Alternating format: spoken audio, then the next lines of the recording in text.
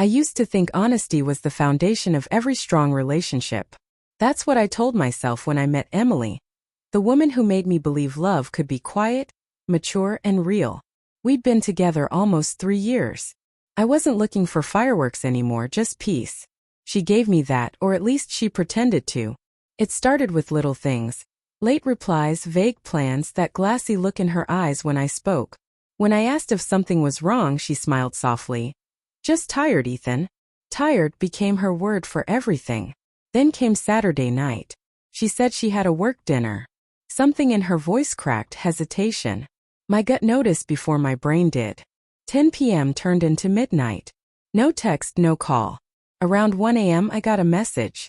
Don't wait up. Jason's with me. It's late. Jason, her coworker. Like a brother, she'd said.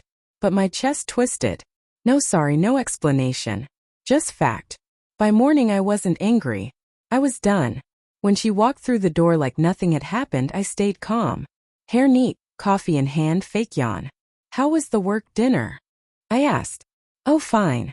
Just some campaign talk. Jason dropped me off. There it was again. His name, casual, rehearsed, too light to be true. I smiled. Good. I got your text. Her face drained. What text? The one where you told me Jason was with you. The one that said not to wait. Silence filled the room like fog. It's not what you think, she whispered. I leaned back on the couch. Then tell me what it is. We were just hanging out after dinner. I didn't want you waiting because I knew it'd be late. You didn't want me waiting because Jason was with you? I repeated. She nodded, eyes trembling. Yeah, but nothing happened. Here's the thing about truth, I said quietly. It doesn't need performance. It doesn't shake, blink too fast, or break eye contact. Her story did all three.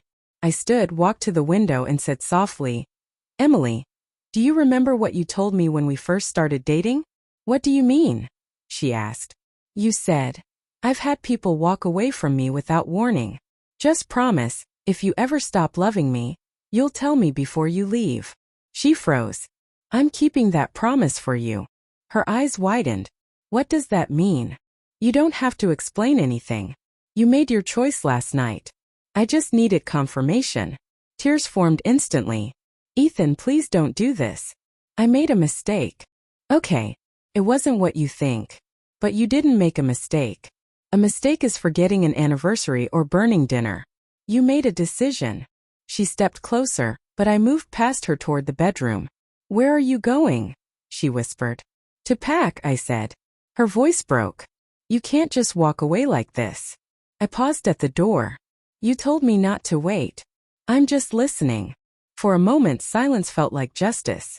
She stood there, mouth open, realizing every careless word she threw out was now handed back, polished and final.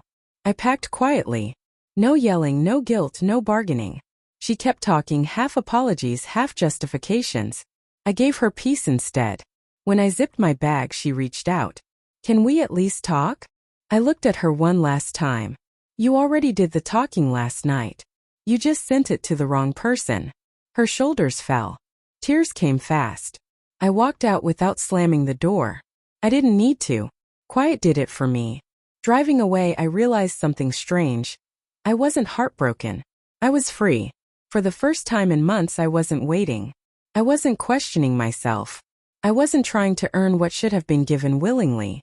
A week later, she texted. I made the biggest mistake of my life. Can we talk? I typed a response, then deleted it. Sometimes silence is the only language that speaks the truth. Instead, I sent one message. You told me not to wait. I listened. That was it. I blocked her number. People think closure comes from answers, but it doesn't. Closure comes the moment you stop begging someone to explain why they weren't who you thought they were. Jason can have her half-truths, her late-night excuses. I'll take peace over pretty lies any day. That night, I poured myself a drink, looked at the city lights, and felt something I hadn't felt in a long time. Calm. Not the kind she faked. The kind that lives inside your chest when you finally stop waiting for someone who is never coming home. Sometimes the most powerful response you can give is no response at all.